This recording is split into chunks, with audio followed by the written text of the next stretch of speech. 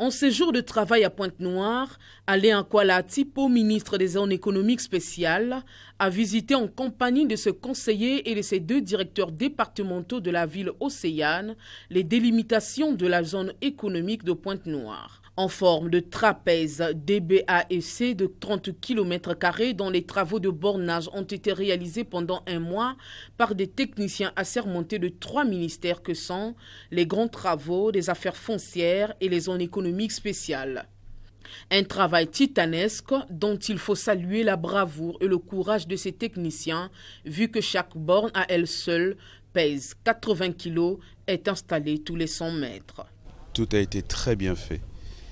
Et vraiment, je tiens à féliciter les cadres, les agents du ministère des Zones économiques spéciales, mais celui du ministère de la Réforme foncière, ministère des Grands Travaux également, parce que c'est un travail qui s'est fait à trois départements ministériels.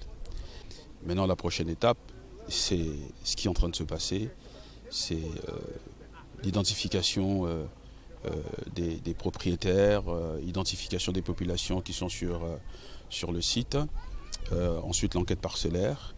Mais d'une manière globale, la prochaine étape qui est immédiate, c'est le passage de la loi qui est prête en Conseil des ministres et au Parlement.